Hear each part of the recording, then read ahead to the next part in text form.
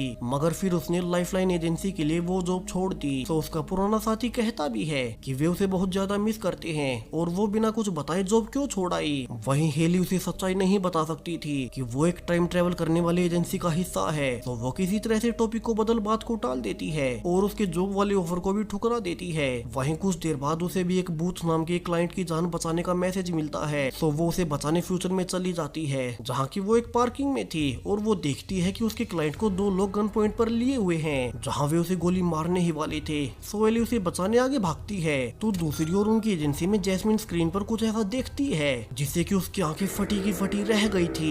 दरअसल अचानक से ही हेली के ट्रैकर से उन्हें खबर मिली कि वो 33 दिन फ्यूचर में जिस क्लाइंट को बचाने गई है वहाँ वो खुद भी मारे जाने वाली है। सो जल्दी से बाकी एजेंट्स उस समय में हेली और उस क्लाइंट को बचाने जाने लगते हैं जहाँ की वे एक बार में ही टाइम ट्रेवल कर घटनाओं को बदल सकते हैं और अगर वे एक बार में उसे नहीं बचा पाए तो वो इंसान परमानेंटली मारा जाएगा।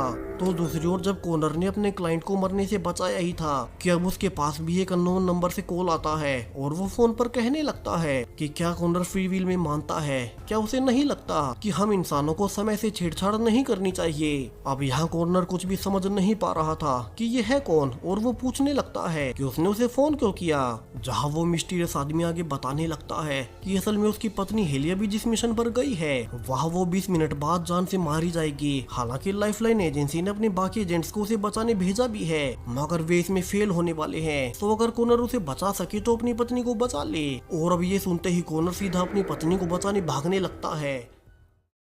तो दूसरी ओर जिस पार्किंग में हेली अपने क्लाइंट को बचाने गई थी उसमें कुछ आम लोग भी मौजूद थे और एक छोटी लड़की नोरा अपने पिता से मिलने आई थी जो किसी पार्किंग में गार्ड का काम करता है। और अब जैसे ही हेली गन पॉइंट कर उन दो लोगों को अपने क्लाइंट को छोड़ने को कह ही रही थी कि अब तक यहाँ कॉनर भी आ गया था और वो हेली को चिल्लाकर कहने लगता है कि वो यहाँ पर अकेला सब संभाल लेगा और वो वहाँ से चली जाए। जबकि हेली तो हैरान थी कि ये क्या हो रहा है। किसी बीच अब गोलीबारी शुरू हो जाती है और एक गोली हेली को भी आ लगी थी जिससे कि वो फाइनली ऑन द स्पॉट मारी ही जाती है। सो गुस्से में कॉनर उन पर फायरिंग करने लगता है और इसी दौरान भागते हुए अब उन्होंने उस गार्ड को भी मार दिया था जो कि अपनी बेटी नोरा के साथ वहां आया हुआ था। और छोटी नोरा अपने पिता को मरे हुए देख रोने लगती है। तो वहीं कॉनर को भी बुरा लग रहा था कि वो पहले हेली को नहीं बचा पाया और अब उसकी वजह से नोरा का पिता भी मारा गया। वही अब तक नेथन भी बाकी साथियों के साथ टाइम ट्रेवल कर आ चुका था और वो बाकी सबको ऑर्डर देता है कि वो हर ओर से उनके सबूत मिटा दे और जल्दी से उस बच्ची नोरा की याददाश्त मिटा दे ताकि वो किसी और को कुछ ना बता सके।